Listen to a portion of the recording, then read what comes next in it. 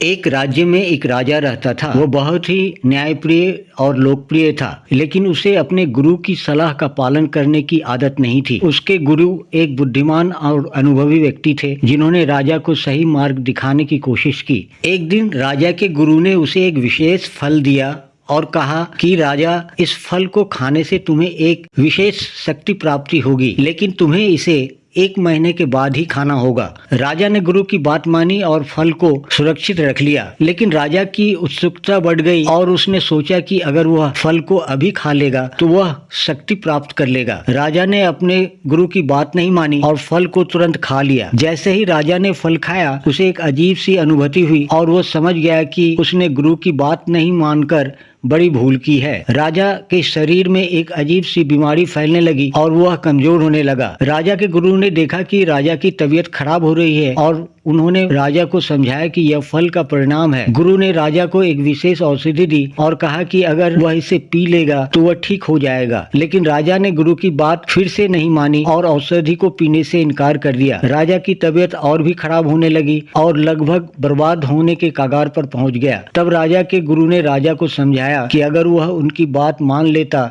तो वह इस स्थिति में नहीं पहुंचता, और फिर राजा ने औषधि पी ली। धैर्य और अनुशासन जीवन में बहुत महत्वपूर्ण है।